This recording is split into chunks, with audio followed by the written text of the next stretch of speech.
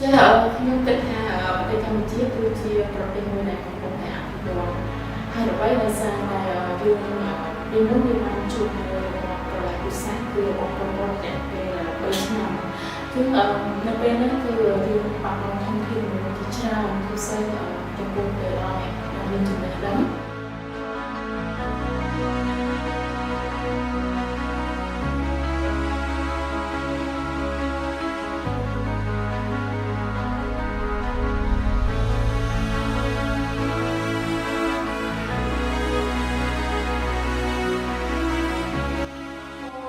តែប៉ុន្តែមន្ទីរពេទ្យថៃប្រុង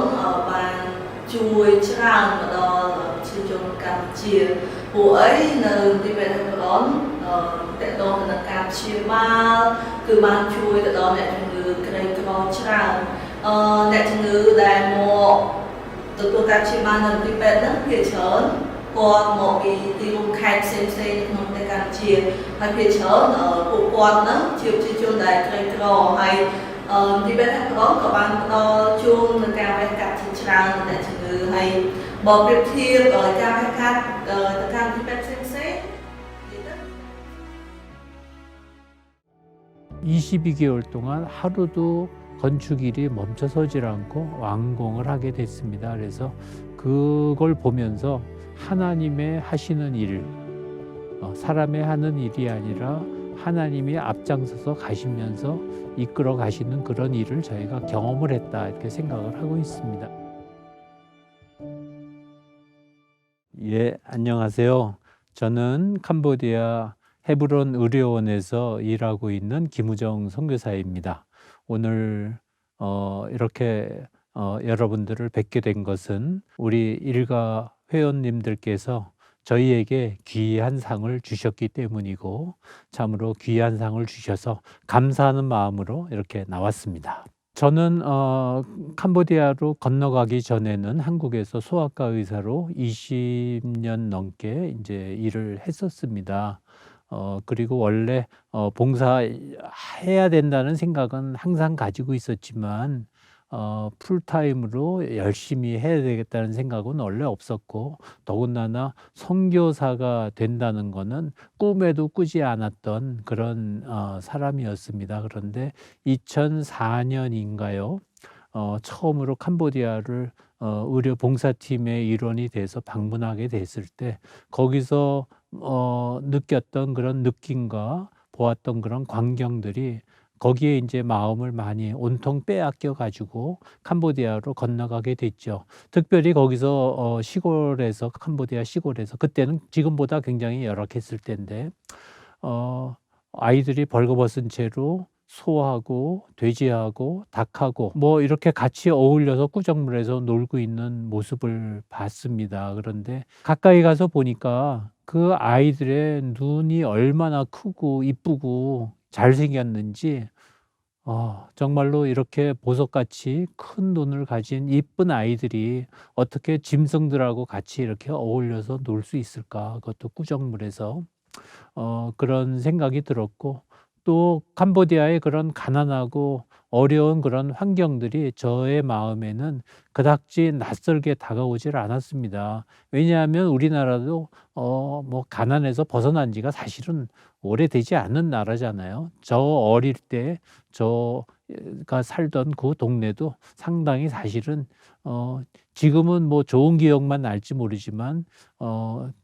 상당히 뭐 비슷한 그런 상황이었을 거라고 생각이 되고 그래서 캄보디아를 다녀온 후에 자꾸 캄보디아 생각만 나고 한국에서 일을 할 수 없는 거예요. 그래가지고 아내하고 여러 차례에 걸쳐서 상의를 하고 가려면 빨리 가자 이렇게 자꾸 설득을 했고 아내가 또 흔쾌히 그럼 그렇게 해보자. 그렇게 해서 2006년도에 캄보디아로 건너가게 됐습니다. 그러니까 뭐 선교사 훈련을 받은 일도 없고 캄보디아라는 나라가 어떤 나라인지도 모르고 캄보디아 언어는 또 쉽게 배울 수 있는 언어가 아니어서 한마디 말도 모르는 상태로 캄보디아를 건너갔어요. 거기서 한 1년 반 가까이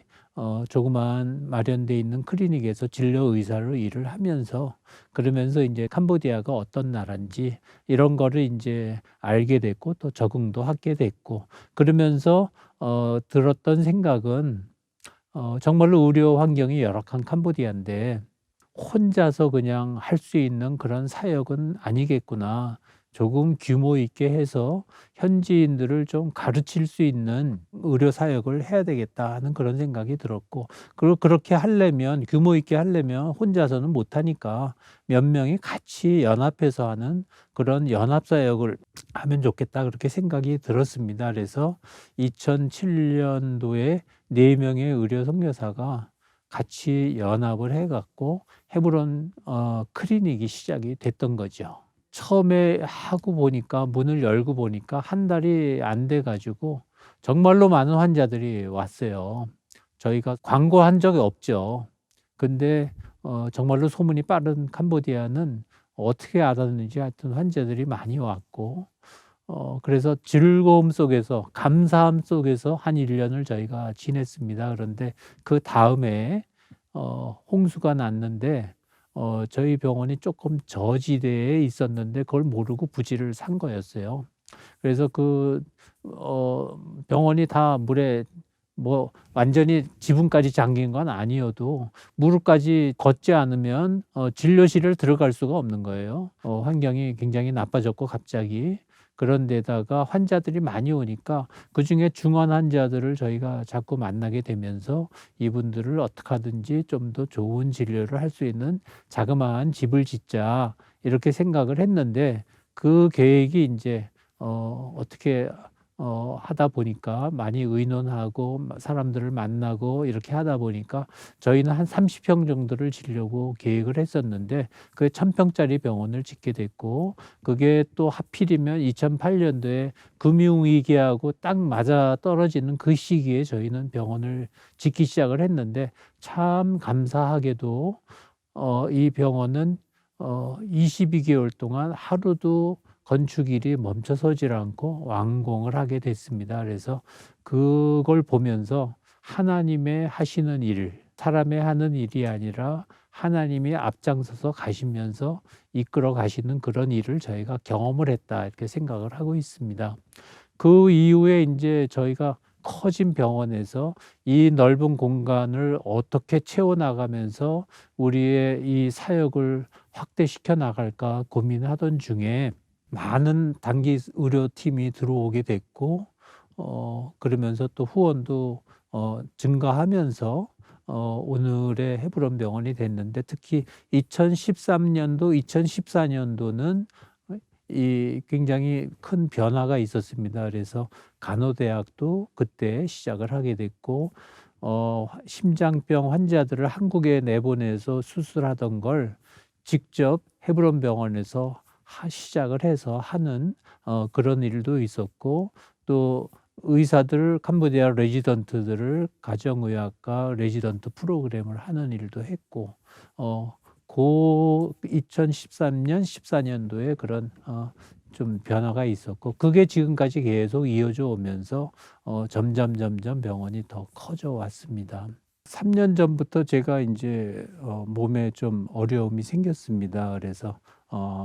좀 발견은 했는데 치료하는데 시기를 좀 많이 지난 그런 암이 발견이 됐고 그래서 치료하는데 애를 먹었지만 감사하게도 하나님이 또 치료할 수 있는 길을 열어주셔서 감사하게 생각하고 있고 제가 한국에 나와서 이렇게 또 현장을 지키지 못하는 그 사이에 또 2대 병원 원장님이 세워졌습니다. 그래서 수술을 아주 잘하시고 열심히 하시는 외과 의사가 이제 병원 원장을 맡아서 정말로 책임 있게 성실하게 이렇게 병원을 지금 이끌어 가고 계시고요. 코로나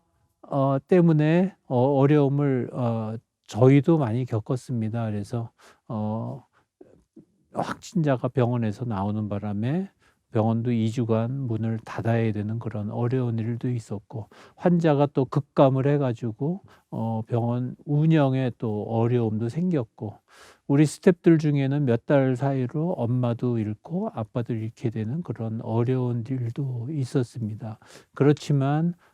이 코로나의 어려운 상황 가운데 이 우리 캄보디아 스태프들의 주인 의식이 자라고 있는 걸 보고 그들의 믿음이 자라고 있는 걸 보기 때문에 또 한편 감사한 마음이 있습니다. 앞으로 우리가 지속 가능한 병원이 되기 위해서 어떠한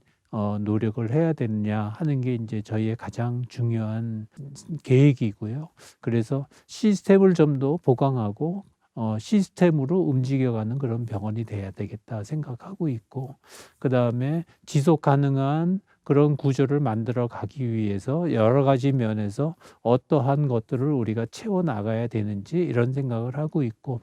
또 지금도 뭐 심장 수술이나 암 수술이나 눈 수술이나 이런 걸 하고 있지만 좀 더 퀄리티 높은 그런 병원으로 오래 지속해서 좋은 영향력을 만들어 가려면 어떻게 할까 하는 그런 고민들을 많이 하고 있습니다. 이 코로나하고 비슷한 그런 일이 사실은 100여 년 전에 세계 역사에서 있었죠. 1차 세계대전이 거의 끝나갈 무렵에 스페인 독감으로 알려진 그런 독감이 전 세계를 유행을 했고, 그때 지금보다 훨씬 더 많은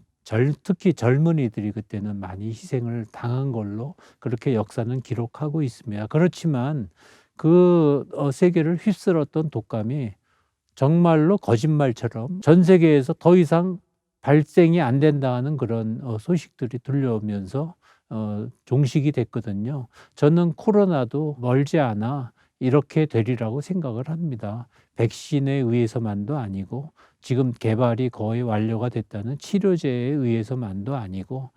그러한 시기가 앞으로 곧 오리라고 생각하고 또 믿고, 그 일은 하나님께서 하실 일이라고 믿고 있습니다. 그래서 캄보디아도 어렵고 헤브론 병원도 어렵고 한국을 포함해서 전 세계가 이렇게 코로나로 인해서 참 힘들고 어려운 시간을 지내지만, 그렇지만 우리가 항상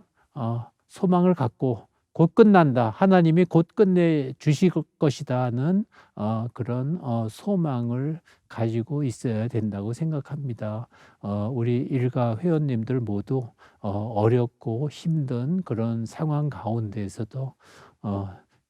기도하시면서 기도 안에 그런 소망의 끈을 우리가 계속 놓지 않고 있어야 하리라고 생각을 합니다. 감사합니다.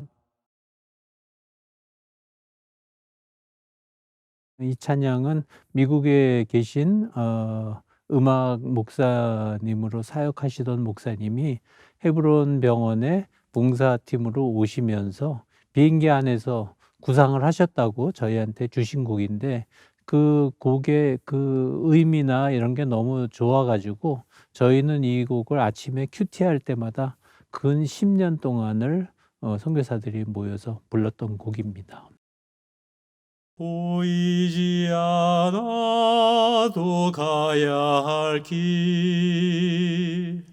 내 주님 가신 길, 아무리 멀어도 가야 할 길,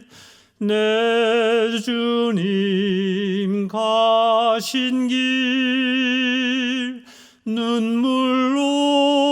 씨를 뿌리는 자는 기쁨으로 단을 거두리로다. 눈물로 씨를 뿌리는 자는 기쁨을